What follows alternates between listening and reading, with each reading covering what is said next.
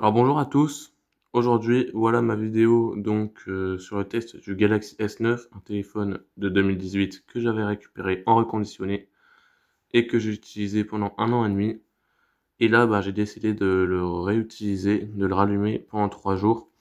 Et aujourd'hui je vais vous montrer un petit peu toutes ses fonctionnalités. Donc on va commencer par le design du téléphone, par l'écran, le son, la batterie. Et on va terminer par une conclusion avec les points positifs et négatifs. Donc, on va commencer par le design. Donc, le design, hop, je vais enlever cette coque. C'est une coque de chez Samsung que j'avais mis, hein, voilà. Il y a une petite cale normalement pour le faire tenir, mais elle est cassée, voilà. Bon, bah, quand c'est cassé, hein, c'est tout, hein, ça marche plus. Hop, voilà. Oh. Il y a encore le bouton qui s'est enlevé, mais je vais vous montrer ça juste après. Du coup, ici, nous avons le bouton pour Bixby sur le côté droit du téléphone.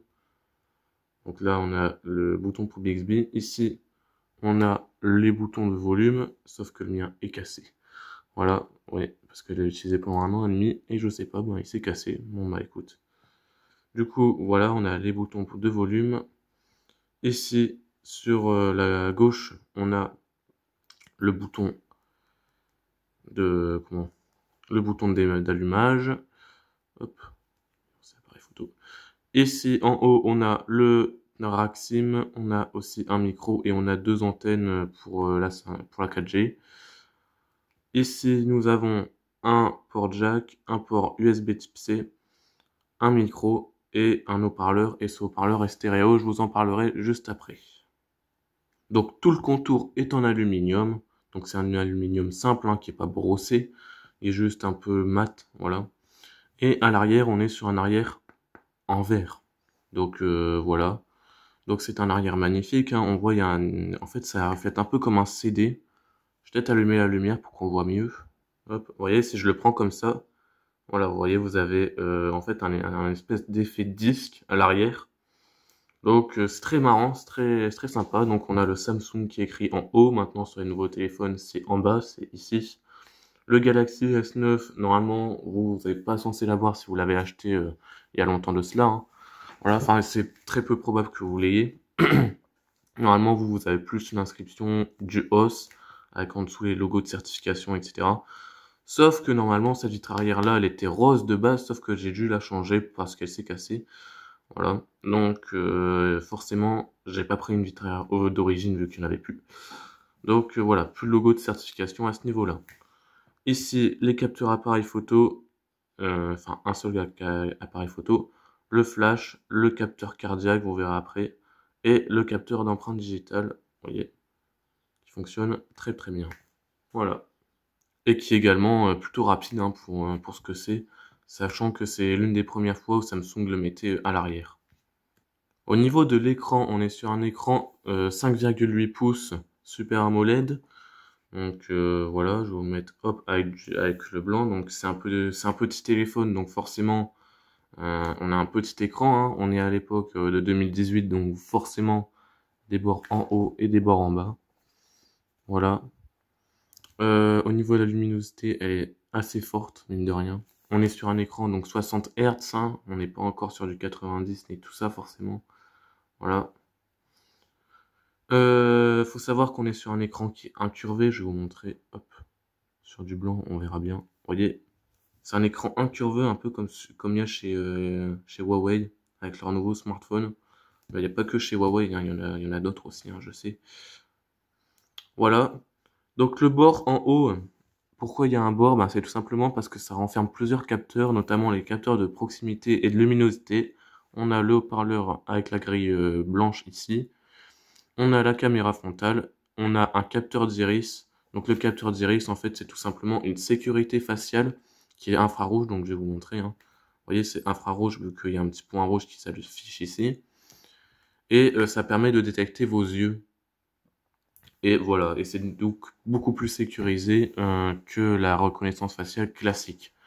Et on a également une LED qui va clignoter quand le téléphone n'aura plus de batterie ou quand il recevra une notification ou alors quand il sera en charge. Donc plusieurs fonctionnalités à cette lumière. Au niveau du son, donc comme je vous l'ai dit quand on allait présenter le petit haut-parleur, C'est un son stéréo, donc il va sortir de là et de là, donc en haut et en bas.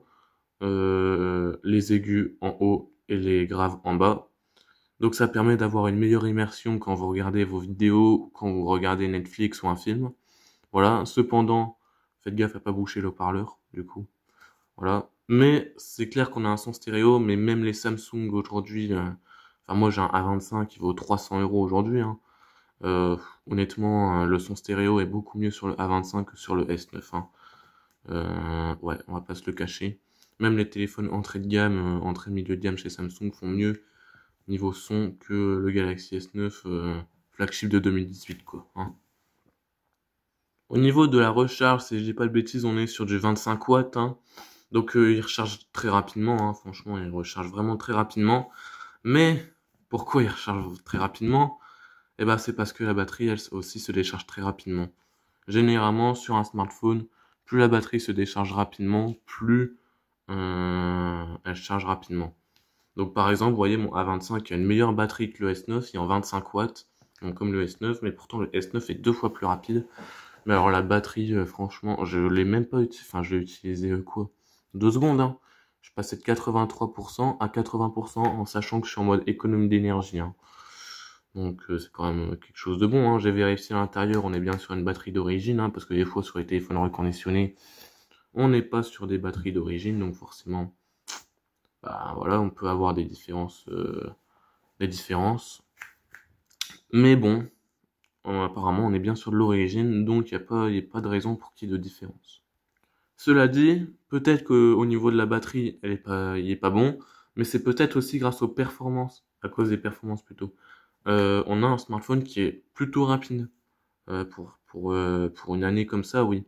Alors, il n'est pas optimisé, à mon avis, pour pouvoir bien fonctionner avec une batterie correcte, mais voilà, c'est un téléphone qui est bien optimisé. Euh, voilà, pour ce que c'est. Donc, franchement, au niveau des jeux, il est plutôt rapide. Vous voyez, quand on fait, voilà, il y a pas de bug, il n'y a pas de lag, enfin, rarement, hein. Après, bon, c'est un vieux téléphone, donc forcément, il y en a un peu quand même. Mais voilà, il y en a pas tant que ça. C'est pas un téléphone qui est vraiment lent, quoi, comme on le pense souvent. Au niveau de l'appareil photo, faut savoir que à l'arrière, on est sur un capteur 12 mégapixels avec ouverture variable. Alors une ouverture variable, c'est de plus en plus à la mode, hein. Enfin voilà, c'est quand même pas mal à la mode. En fait, c'est tout simplement le capteur va s'ouvrir en fonction de la luminosité. Donc là, par exemple, vous voyez, le capteur, on va le voir un peu s'ouvrir si je lance l'appareil photo. Hop, je vais essayer de... Voilà, vous voyez là, il s'est ouvert. Et quand je le referme, voilà, il se réouvre. Donc forcément, le capteur va varier donc selon la luminosité. Donc là, il fait une luminosité plutôt importante, donc il va se mettre en 2.4. Si la luminosité est basse, il va se mettre en 1.5 pour ouvrir plus de luminosité. Et franchement, bah, c'est flagrant quand on compare avec les autres téléphones, par exemple le Galaxy S8 ou même le S7, hein. Bon, S7, entre le S7 et le S8 niveau photo, il n'y a pas beaucoup de différence, mais voilà, c'est quand même assez frappant, je vais pas vous mentir. Donc au niveau de la mise au point, le rendu est vraiment pas mal, hein. On est vraiment sur quelque chose qui fait une bonne mise au point, qui est pas trop lent non plus. Bon, par contre, quand vous faites en faible luminosité, là c'est clair que bon, le smartphone va rencontrer des difficultés pour faire sa mise au point. Mais en soi, bah, il est plutôt bon, il y a une plutôt bonne qualité photo. Franchement, c'est super bien pour un téléphone comme ça. J'arrive pas à dire s'il est mieux que mon Galaxy A25 ou pas, mais en tout cas, il est très très bon. On a un mode hyper super ralenti. Bon, j'ai ça aussi sur mon téléphone. Honnêtement, la qualité est médiocre, hein. Vous voyez, c'est flou. Ah, la qualité, elle est vraiment pas... Bon, vous voyez peut-être pas sur mon smartphone avec lequel je filme, mais voilà. Franchement, c'est pas un mode hyper ouf. On a également les AR emoji. Donc les AR emoji, c'est en fait de capturer le visage. Donc là, je vais vous faire avec le mien, par exemple. Hop. Voilà, donc il me dit que j'ai les cheveux bruns alors que ben j'ai les cheveux châtains, hein, littéralement. Il me dit que j'ai de la barbe et de la moustache, mais en fait pas du tout. Ils disent que j'ai des grosses oreilles, pas du tout non plus. Enfin bref, c'est vraiment horrible. Je vais enlever cette horreur parce que franchement c'est nul. hein, Samsung avait sorti ça, il avait mis en, je me souviens, en prix de vente et tout, mais il avait grave mis en avant, mais au final c'était vraiment un flop, vu que ça marchait pas du tout correctement. Au niveau de la vidéo, on est sur un smartphone qui filme plutôt bien, donc qui est stabilisé uniquement en 60 fps, il me semble, hein, je crois. Non, pardon, c'est pas en 60, c'est en 30 fps, voilà. Mais bon, elle est plutôt pas mal en soi, hein. J'ai testé. Bah franchement, comparé à mon Galaxy A25, on est vraiment sur quelque chose de bon. Par contre, les couleurs, on n'est pas beaucoup proche de la réalité, hein, même sur la photo. Bon, franchement, quand vous voyez, par exemple, si je fais ça, vous voyez par exemple la différence entre la nappe et le téléphone. Après, c'était dû au niveau de l'écran aussi, hein. Voilà, mais bon, c'est pas, voilà. On n'est pas proche de la réalité, mais on a cependant un très bon appareil photo. J'ai fait de très belles photos avec. On a même un mode nourriture. Mode nourriture, je vais vous montrer c'est quoi. Hop, allez chouchou. Il est là, hop. Voilà, donc c'est ce mode-là. Hop, il est un peu long à faire les photos, hein. Oui, j'avais oublié de le dire, hein, le déclencheur est un peu long, je trouve. Mais du coup, vous voyez, en fait, le mode nourriture, ça fait un arrière-plan en flou et un avant non flou. Voilà. Avec la mise au point et tout. Donc c'est vraiment pas mal, ça change un peu du mode portrait, hein. C'est un genre de mode portrait, mais version un peu revisitée, si j'ai envie de vous dire ça. Normalement, vous l'avez sur tous les Samsung, donc vérifiez maintenant, hein, si vous avez un Samsung. Normalement, vous l'avez. Voilà. Aussi, un truc qui est bien, et ça, c'est plus le cas sur beaucoup de smartphones, c'est qu'il prend les cartes micro SD. Je vais vous montrer ça tout de suite. Donc voilà, je suis revenu et vous voyez, donc on est bien sur c'est un tiroir où tu peux mettre une SIM, voire même deux si tu veux, hein, vu que ça peut aussi servir à mettre deux SIM. Et du coup mettre une carte micro SD à l'intérieur pour ajouter de la mémoire. Moi je trouve ça fou parce qu'en soi il n'y a pas beaucoup de téléphones aujourd'hui qui le font. Le mien, mon A25, lui, le fait. Il a aussi ce tiroir un peu comme ça. Mais quand je vois le nouveau Galaxy A36, A56, même les nouveaux S25, etc. Enfin, le S25 après, bon, c'est plus le S21 quand même, hein, qui prennent plus, je crois, les cartes SIM, enfin les cartes SD. Mais voilà quoi, hein. Moi, je trouve ça bien d'avoir des téléphones qui prennent encore les cartes SD, quoi. Donc, si je vais dans les paramètres, que je fais mise à jour de logiciel, téléchargement et vérification, votre logiciel est mis à jour, hop, c'est pas là-dedans. Je vais vous montrer. Voilà, donc on est sur Android 10. Hop, si vous appuyez là-dessus, voilà, vous avez bien donc du coup l'animation d'Android 10. Hein. Voilà, vous pouvez bouger les trucs. Bon. Et on est sur ONUI 2,5, enfin 2.5 plutôt. Donc c'est une très vieille interface, c'est limite l'une des premières interfaces Samsung. Hein. Voilà. Le S8, lui, a ONUI 2, donc c'est encore plus ancien. Mais voilà, on n'est vraiment pas sur une interface comme ONUI 7, hein, du tout. Vous voyez par exemple, rien qu'au niveau de la police d'écriture, hein, on est vraiment sur l'ancienne police d'écriture de Samsung. Voilà. Et puis j'ai oublié de vous montrer Bixby avec ce bouton là sur le côté. Je sais qu'il y en a beaucoup qui ont râlé parce qu'ils ont mis un bouton sur le côté alors que c'était pas obligatoire. Je n'ai pas compris ta demande. Voilà. Bon, voilà. Il se déclenche, mais du coup en fait c'est un assistant vocal un peu comme un peu comme OK Google. Mais du coup voilà, vous avez le bouton est donc du coup personnalisable.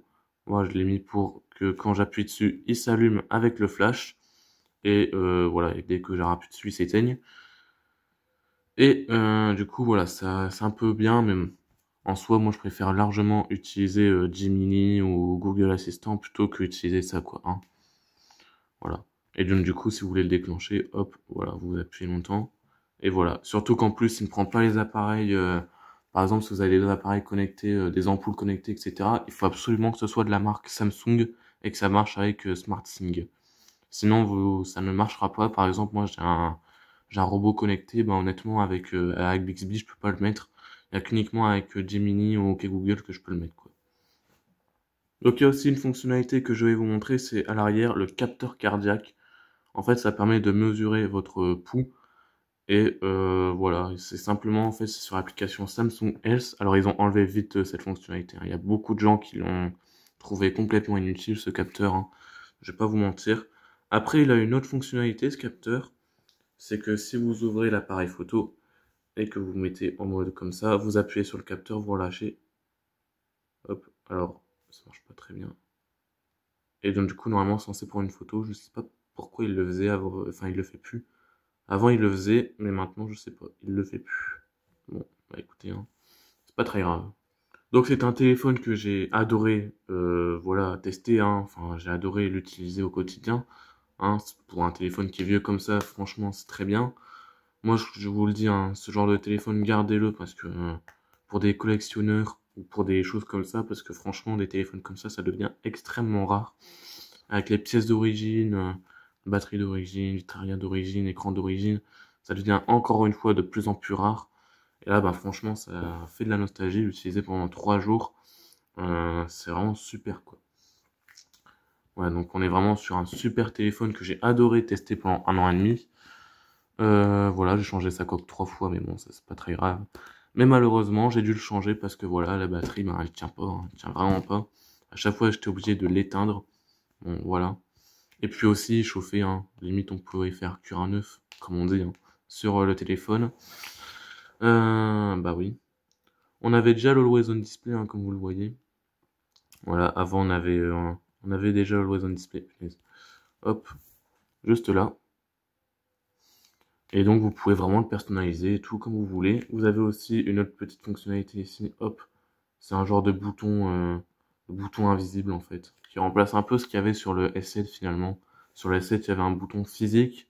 Or là, c'est un bouton tactile. Et en fait, dès que vous appuyez dessus, ça lance le téléphone en fait, tout simplement. Voilà, là s'il est éteint, j'appuie là. Hop, voilà. Voilà, donc c'était une vidéo un peu longue, hein, voilà, je suis désolé, hein, encore une fois, faut que vraiment je m'adapte à ce niveau-là. Mais voilà, c'était pour vous un peu redécouvrir ce téléphone qui était plutôt sympa à l'époque, mais qui aujourd'hui est tout aussi sympa, mais c'est juste que voilà. Quand il y a une batterie de merde, forcément, moi je peux pas garder ça parce que si on est obligé à chaque fois de l'éteindre, ouais, surtout qu'en plus moi j'en ai besoin des fois pour le lycée, hein, parce que du coup pour prendre le métro, etc., voir l'heure, bon bah avec le A25 au moins je suis pas obligé de l'éteindre, hein. Sur ce, j'espère que cette vidéo vous aura plu. N'hésitez pas à vous abonner si vous avez aimé celle-ci, à liker également. Et si vous avez des questions, n'hésitez pas à les mettre en commentaire, je suis preneur. Sur ce, je vous dis à bientôt dans les nouvelles aventures. Salut!